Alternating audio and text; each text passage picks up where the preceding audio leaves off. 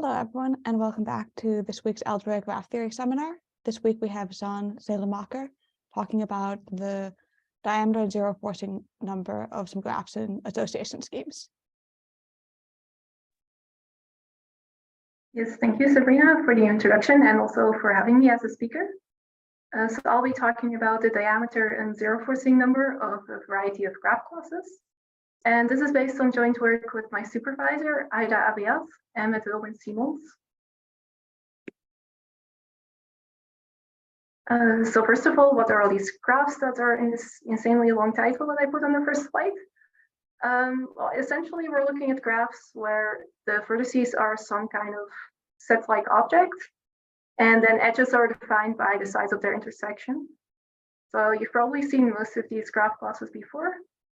For Johnson graphs, we have the numbers 1 to n, and we just take every set of size k as the vertices. And then edges are defined between vertices where the intersection has size k minus 1.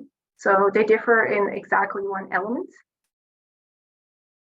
Now, Grassmann is very similar to that, but instead of sets of size k, we take subspaces. So for some prime power q, we take the fields fq to the n, and we look at every k-dimensional subspace. And again, if the dimension of their intersection is k minus 1, then we draw an edge between them.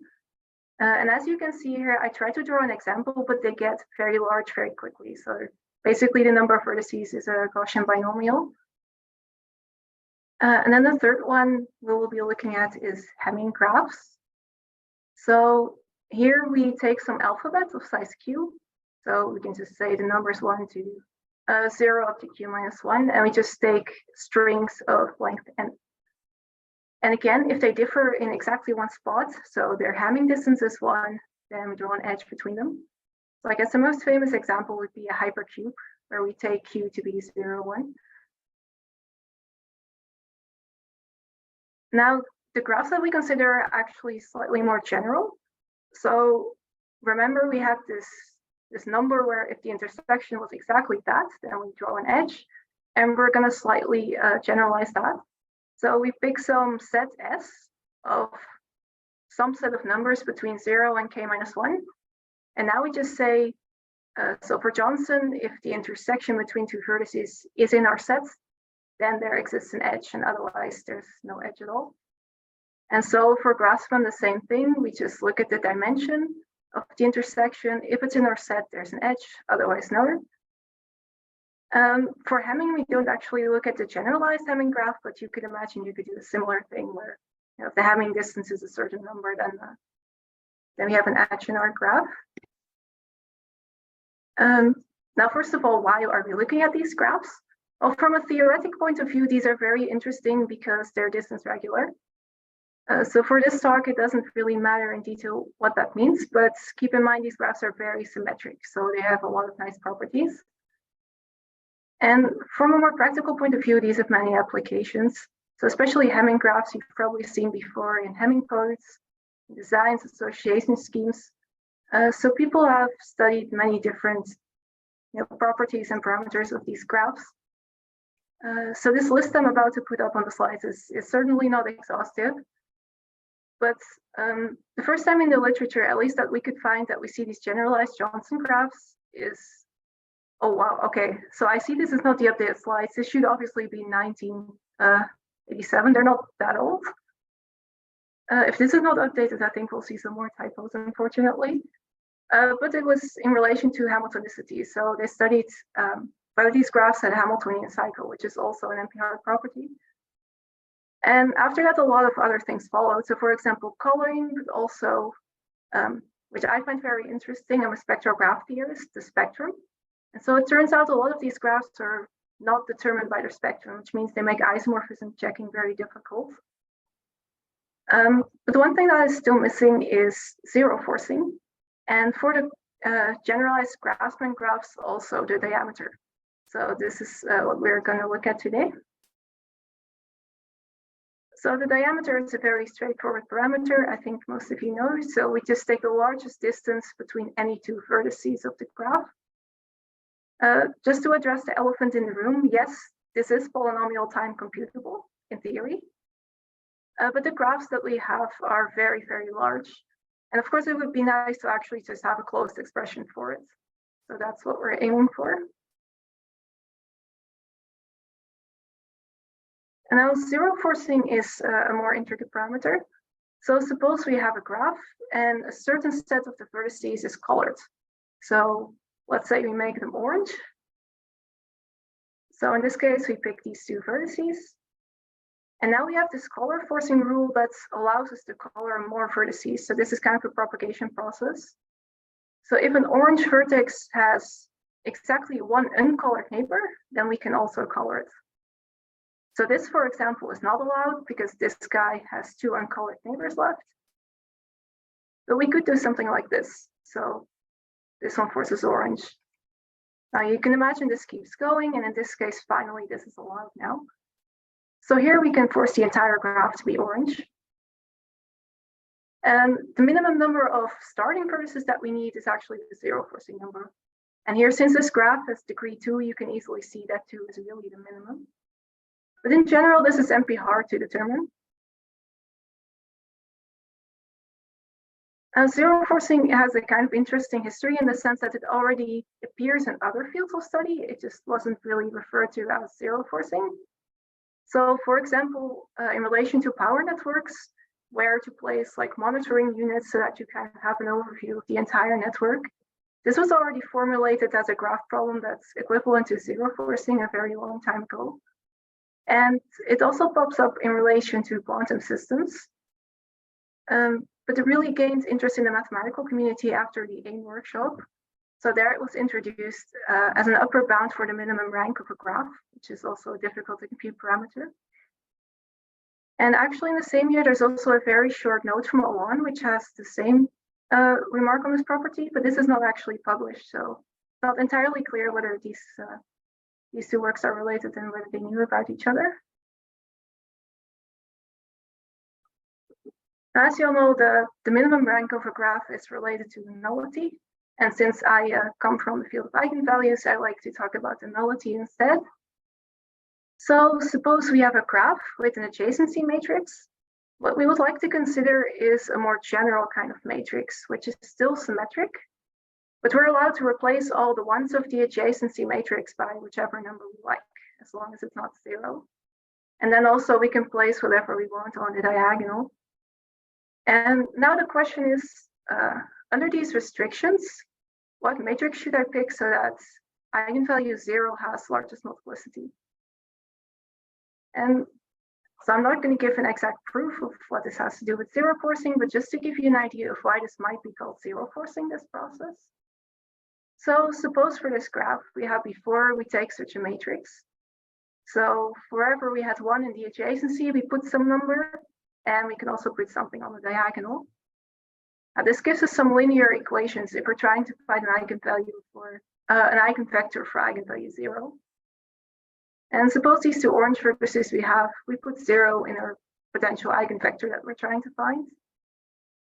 Now, of course, that gives us a bunch of restrictions already. Some of these terms will just vanish because they're 0.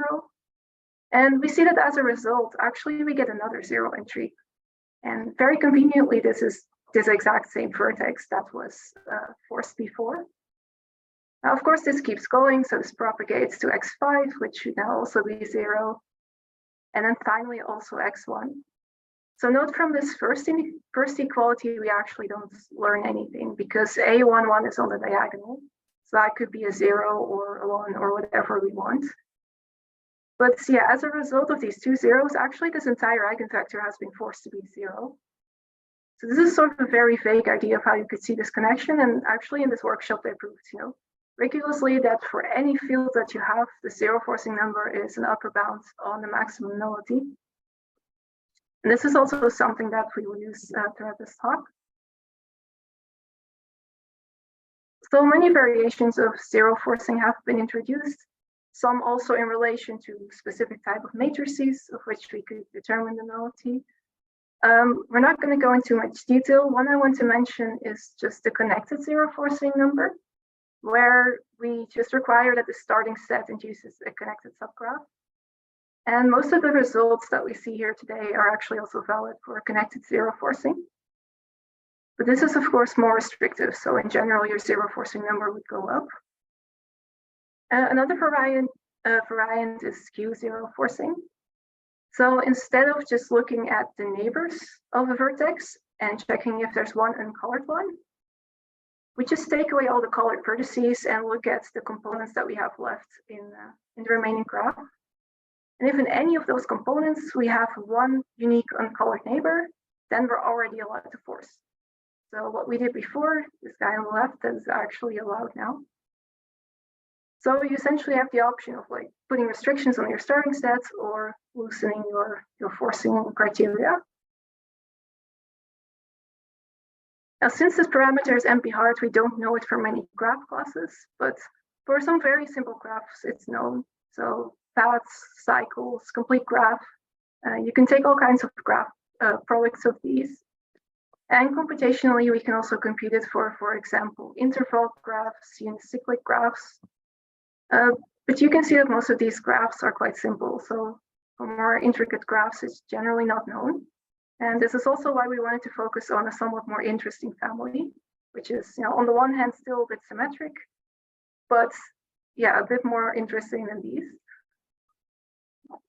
So what did we look at in this talk and also in an article with the same name, which is also on arXiv if you're interested. So the diameter of generalized Grassmann graphs, which was previously not computed before, and the zero forcing number of all these graphs that I just mentioned. So let's just go to the first family, the Johnson graphs. So just a reminder, our vertices here are subsets of the numbers 1 to n. And we determine some kind of intersection sets that prescribes when we draw an edge. And note that these graphs are very symmetric. So if we just take the complement of all the sets, we again have a generalized Johnson graphs. So we just assume that n is at least 2k here. So there's two families that are very well known that fall in this category. Of course, the Johnson graphs, where our connection set is just the number k minus 1. But also the Kneser graphs, so where things are adjacent when the vertices are entirely disjoint. Now, for some very specific cases, the zero forcing number is actually known. So if we look at two sets in just a classic Johnson case, then both the zero forcing and also the skew zero forcing number are known. They just happen to be equal in this case. And similarly for Kneser graphs, we have some results if n is large enough at least. And otherwise, we just have an upper bound, which is in general not tight. And yeah, for the general case, nothing is known yet. So this is what we studied here. And there's two sort of natural generalizations that you could think of. So for the Johnson graphs, we want the intersection size to be essentially maximal to draw an edge, right? Because if they intersect in k vertices points, it would just be the same vertex. So we could also extend this and say from some number s up to k minus 1, if the intersection size is in this range, then we have an edge. And similar for Kneser, instead of asking for disjointness, we can go from 0 up to some certain number. So these were the sort of situations that we studied first. But the upper bounds that we present here also just holds in a more general case. So let's first look at the Johnson's graph. So we look at large intersections. So in that case, there's this lower bound on n is just here because if we have fewer than this vertices, if the base set that we pick our k sets from is smaller, then you cannot have this intersection size s. So this is not really a restriction, it's just a sanity check. And then we can actually compute an upper bound on the zero forcing and connected zero forcing number. That is exactly tight if we just pick this range from a number s to k minus 1.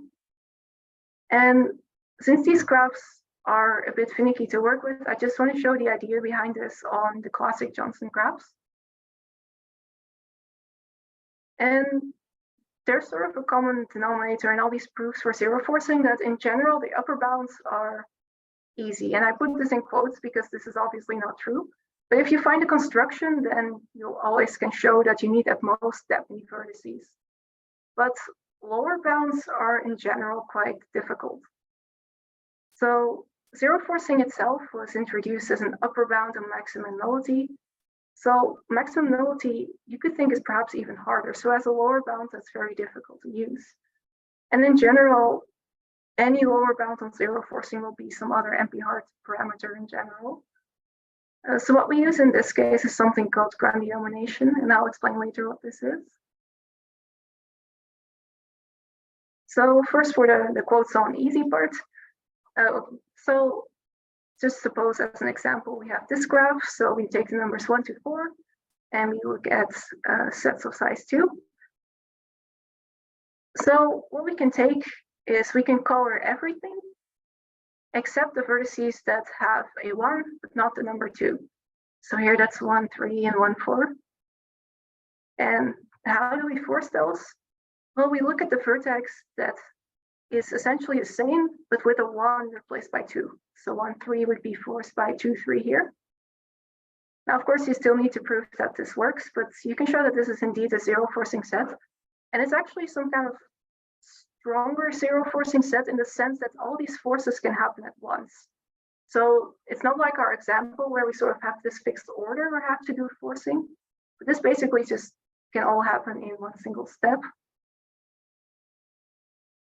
Now, what would you do if you have a generalized Johnson graph? Well, basically the same thing, but except saying that we can have 1 and not 2 in our sets.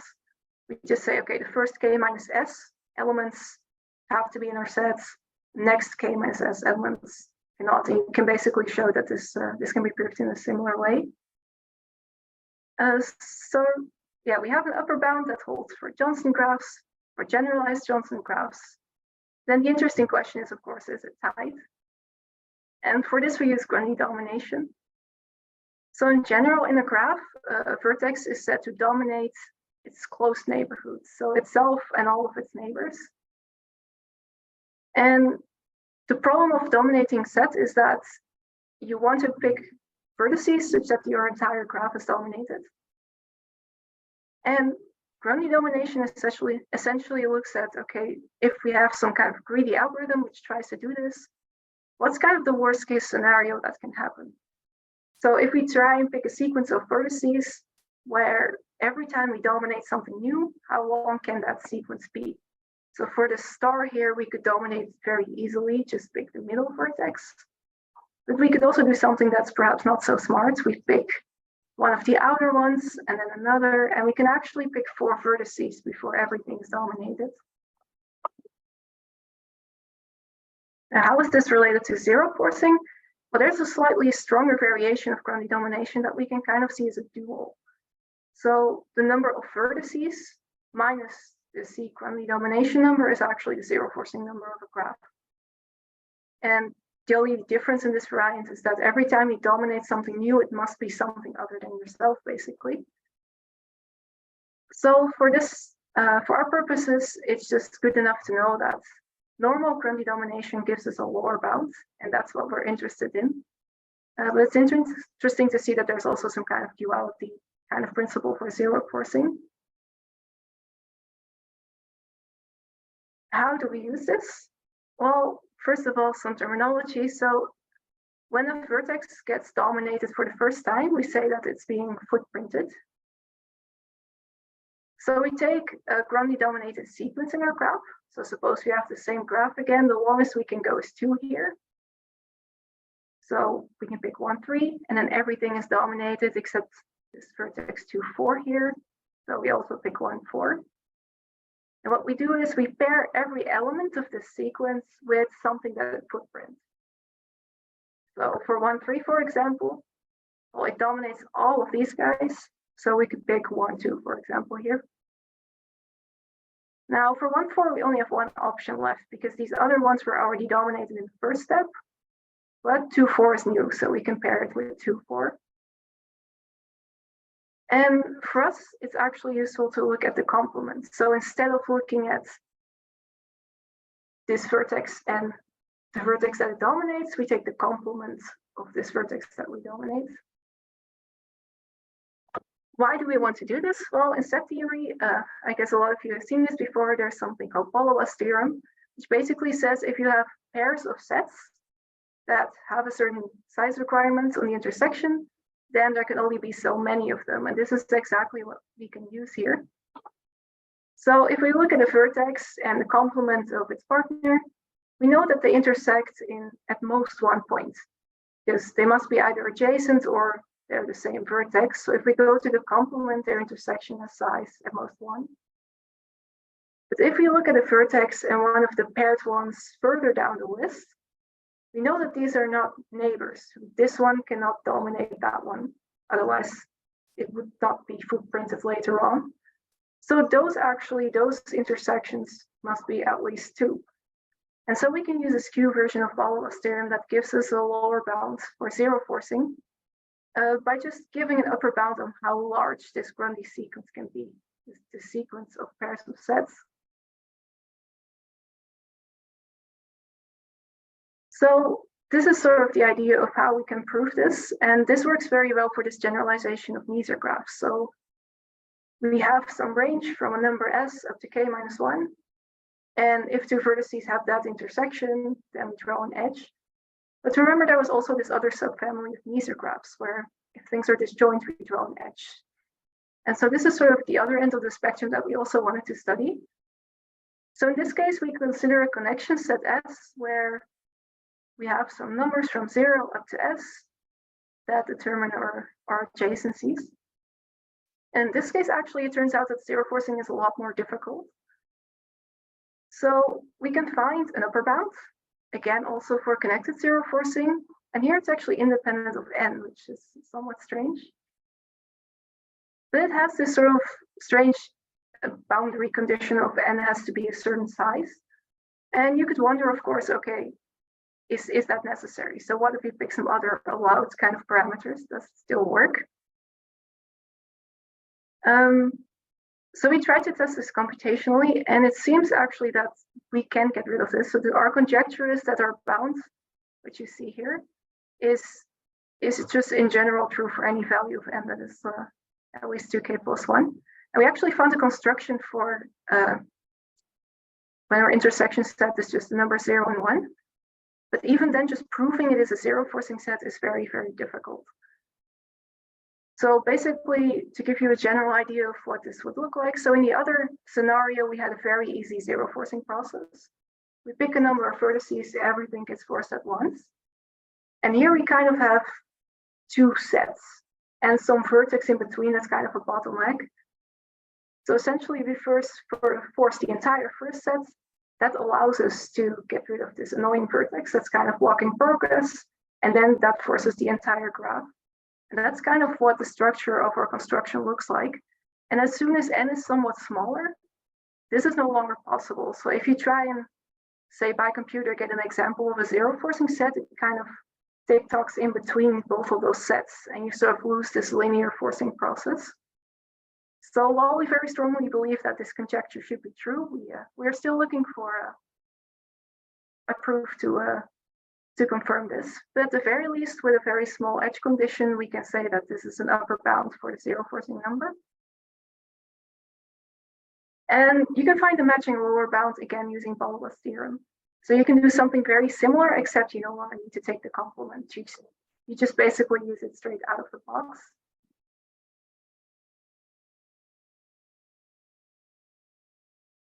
So for generalized Grassmann graphs, we have a bit more to talk about, because remember, we are also looking at the diameter.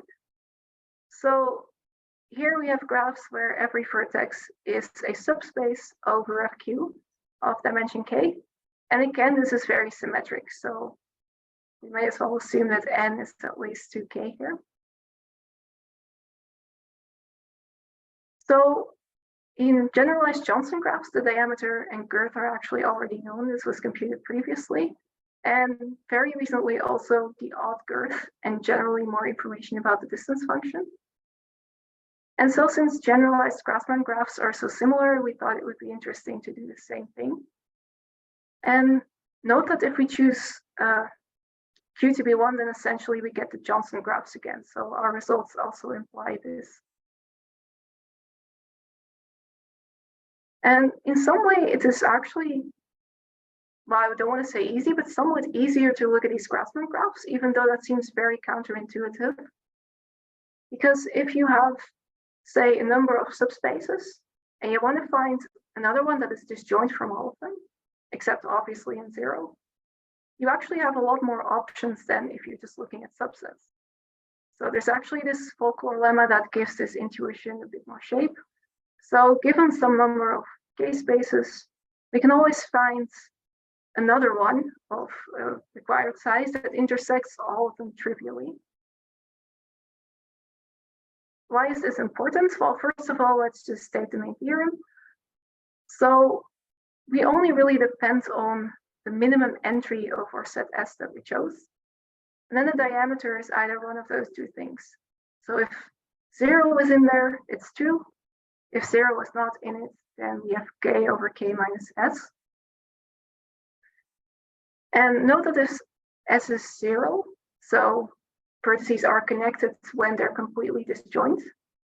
This is actually where this lemma comes in. So if you have disjoint subspaces adjacent, that also means that for this diameter to be 2, essentially you have 2 spaces and you want to find a connection to both of them. So in other words, you need to find another space that intersects them trivially. So this is kind of how that ties together. For the other case, you have to do something more complicated. So then you really need to find the path of the appropriate length. And as the, not quite a corollary, but with similar techniques, we can also find that the girth is always 3. Unless, of course, we have the empty graph.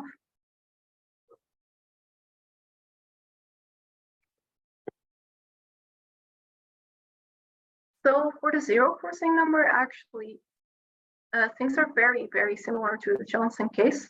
And this is because we can just basically draw a parallel between basis vectors and the numbers 1 to n that we had before. So if we just choose a basis of fq to the n, then we can basically apply the same proof as for Johnson graphs, where we associate these sets of numbers just with sets of basis vectors. So that immediately also gives us a bound for the generalized Grassmann graphs. And so note that this also applies the previous one for Johnson. And for the lower bounds, a similar thing holds. So there's a skew version of Ball-Ball's lemma for subspaces. And this gives us the result. Now note that I'm talking about the last theorem that I showed on the slide before. So the one with the slightly funky edge condition, where we're looking at connection sets that run from 0 up to a certain number S. So these are essentially some generalization of Kneser graphs. So an interesting question to ask is, of course, okay, what about classic Grassmann graphs? So 2 subspaces for vertices, they intersect in dimension k minus 1 for every edge. What do we get then? And this is one of those strange cases where actually the classic Grassmann graphs are harder than some generalizations. And it's because of this disconnection that we had with through this Ball-Ball's lemma. So if we're looking at sets, then if we know something about the intersection of 2 vertices, then we also know something about the intersection of a vertex and its complement, basically.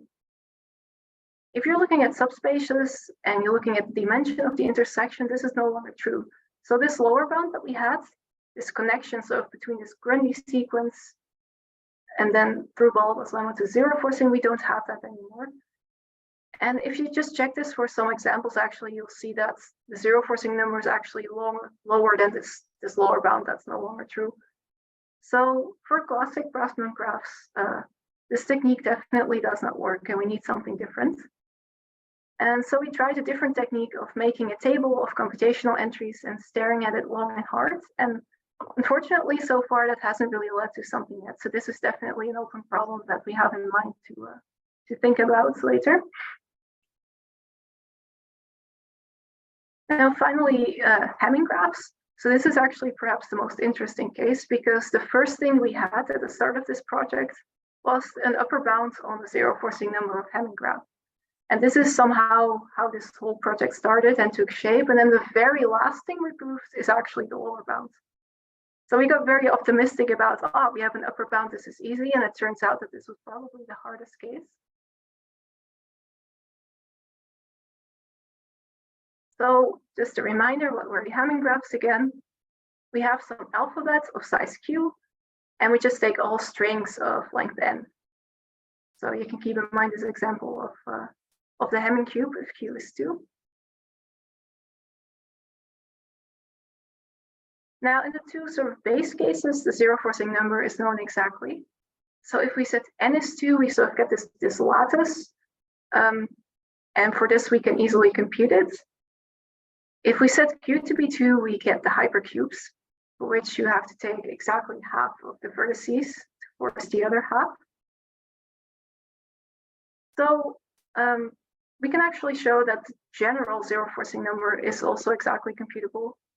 So this seems a bit of a strange expression, where we take a half of q to the n plus q minus 2 to the n.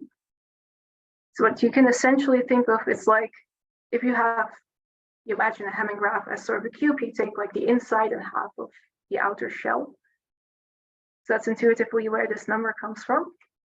So to make that a bit more precise, we can show an upper bound on this by induction. So for n is 2, we have this two-dimensional sort of lattice. So imagine here, if two of these blocks are on the same line, then they're actually adjacent. And we can take the following as a zero forcing set. So we leave out one entire side, and then also a second one except one block in the corner. And you can easily convince yourself this is a zero forcing set. You can just do the following procedure.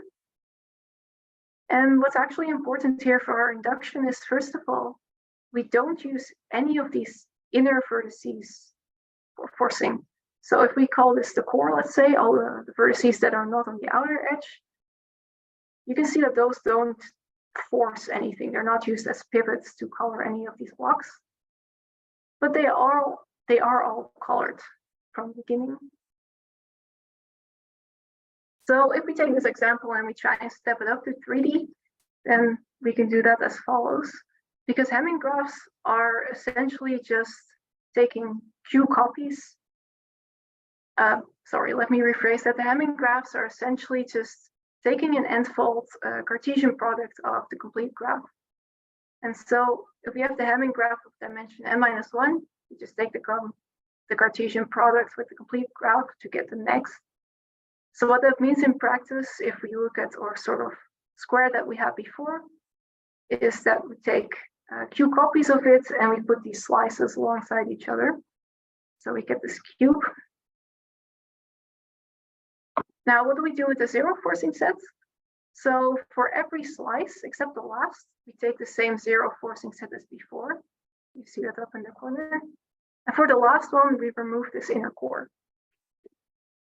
Now, in terms of number of vertices that we've used, this is exactly this number that I showed you before. So we use the entire core and half of the outside. And this is also a zero forcing set. So for the first q-1 copies, we can just do zero forcing as before, right? Because these outer vertices are present in every layer. Now, as a second step, we can force the core of the last layer, and we can do that using the opposite outside layer again. So again, we're not using the core for forcing, it just happens to be colored. And then finally, this last layer can also be forced in the usual way as before. So here we're just going for 2 to 3D, which is of course the only example that I can draw here, but you can imagine you could do this indefinitely. And proving by induction, we can show that this works for any n and any q. Now the lower bound was a bit more involved, and this is actually where we use maximum nullity. And in this case, we look at matrices over F2. So the matrix that we consider is the adjacency matrix of the Hamming graph, and we add the identity. So we just fill the diagonal with ones. And what we do actually depends on the parity of Q. So actually, if Q is odd, it makes more sense to look at this matrix as a sum of Kronecker products. So here I just denotes the identity matrix and J just denotes the all ones. And if we have even Q, we it's actually nicer to write this down recursively. And I'll show that basically the key difference comes down to eigenvectors of the all-one matrix. So let's just make our life slightly easier and let's say do a proof by example. So let's say that n is 3. Now we're in the case of odd Q. So the all-one matrix has the all-one vector as an eigenvector with eigenvalue 1. So we're working mod 2 here. And it has 2 more eigenvectors with eigenvalue 0. So what we can do is we can take some Kronecker product of basically any combination of these. So let's say we would like to get the all-one vector product with any of the other eigenvectors with the all-one, just for the sake of example. Now, if we try and multiply this with our matrix, we actually see that. So if this all-one vector lines up with the all-one matrix in any term, basically this 1 just remains a 1 because it's eigenvector 1. Whereas if any of these other eigenvectors lines up with the all-one matrix, of course we get a 0 because they have eigenvalue 0. And now the rest of this expression is just identity matrices, so these don't really do anything. So basically we see that all we need to care about is that we started out with an even number of the all-one vector. So this choice that we made here had exactly 2, and this works out exactly fine. We get an even number of terms left, and we're working mod 2, so this gives us 0. Now, if we have an odd number, then we would get one of these terms, and so this is not actually an eigenvector with eigenvalue 0. Now, of course, you also have to prove that these are all linearly independent and that you indeed have a basis of eigenvectors. If you do this, you can show that these indeed are all in the null space, and so this gives us a bound on the maximum nullity of the graph, and therefore also on the zero forcing number. Now, if we look at even Q, this is actually a little bit more difficult. So in this case, we have the problem that the all-one vector now is eigenvalue 0. So this thing that we did before doesn't really work anymore. And so we came up with this recursive kind of proof instead. So part of the set of eigenvalues with eigenvalue 0 that we choose is very similar. So we just take, suppose we have a Hamming graph of dimension n-1, we take one of those eigenvalue, and we can again take the Kronecker products with any of these x's that we had before. But in addition, we get some extra other eigenvectors that are composed of E here is just the canonical unit vector. So I'm not actually going to bore you with the proof because actually it's mostly a matter of just writing it out and see that it works. But it basically comes down to trying to find vectors that really match this inductive structure of this Bn matrix. Let me check. Okay, I see I've talked very, very quickly because I'm definitely not supposed to be here yet. So if there's anything that needs more clarification, please ask me and I'll talk about some slides again if you want to. So as always, there's some open problems left that I would like to investigate in the future. I've sort of ordered them in terms of ambitiousness. So at the very beginning for generalized Johnson graphs, we had this strange sort of bound on the variable n that seems to be an artifact of the proof, and we very much believe that this can be, that we can get rid of this. The question is, of course, how. So this will be a first small step to new results here. And of course, a bit more ambitious is looking at something entirely new, like the zero forcing number of Grassmann graphs. And this is in particular interesting because we have some results for generalized Grassmann graphs, and it seems very strange that we cannot say anything about the normal case, that this is somehow more difficult. So it would be nice if we could complete the story and also say something about that. And sort of the big overarching goal of this entire project that, of course, we have not really touched yet, but that would be really, really nice if we can say something about distance regular graphs in general. So basically, given the intersection array, well, probably not the exact zero forcing number, that's perhaps a bit much to ask for, but say a good lower bound, a good upper bound? You know, is there anything we can say in this more general setting to sort of complete this framework for all these graphs? So this is what I wanted to talk about. Thank you very much for coming and listening, and I'm happy to take any questions. Thank you for the talk. Are there any questions for Sjanne? Can this method be used to obtain power domination number? That's a good question. So I'm not very familiar with this quantity. I have seen it a lot in relation to zero forcing number. That's something I would have to check. But yeah, I imagine, so this Grundy domination that we use, for example, is not something new that we just picked out of the blue. This was also used for other graph families. So I would not be surprised if there's some relation and if these techniques would translate somehow. But yeah, I cannot say for sure.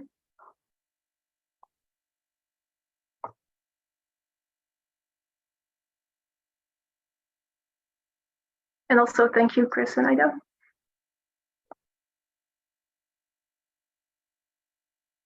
Is that a question, Karen? Yeah, sorry for forgetting stuff, but you have the comment about zero forcing for distance regular. What's known about strongly regular graphs? It seems kind of hard. Yeah, not so much. So this is also partially why we started this project, is that zero forcing was mostly considered for graphs which we kind of found boring, to put it very plainly. So like trees and cycles, and this is of course a very nice starting point. And so we sort of ended up here because this seems like the right level of structure to like still be interesting, but perhaps also not completely hopeless. I'm not sure about strongly irregular graphs. I don't think that it has been done in particular for those. The graphs you're looking at are really symmetric, and being symmetric seems to make it harder for zero forcing because you don't have like an obvious place to grab onto. Yeah, so on the one hand, it's nice because there's a lot of tools in the literature that work for these nice graphs. So of course, the best thing for zero forcing to have like a clique and to have like a tail of a path and like very specific stuff that just has to be done in a certain way. So like you either want something awfully specific or something that you have like a toolbox for. Yeah, that makes good sense. It would be nice if you could somehow quantify this. We had this very similar remark of like symmetry makes it hard. Yeah. And we really wanted to write something about it, and we couldn't like prove that it was the case, but intuitively it really matters.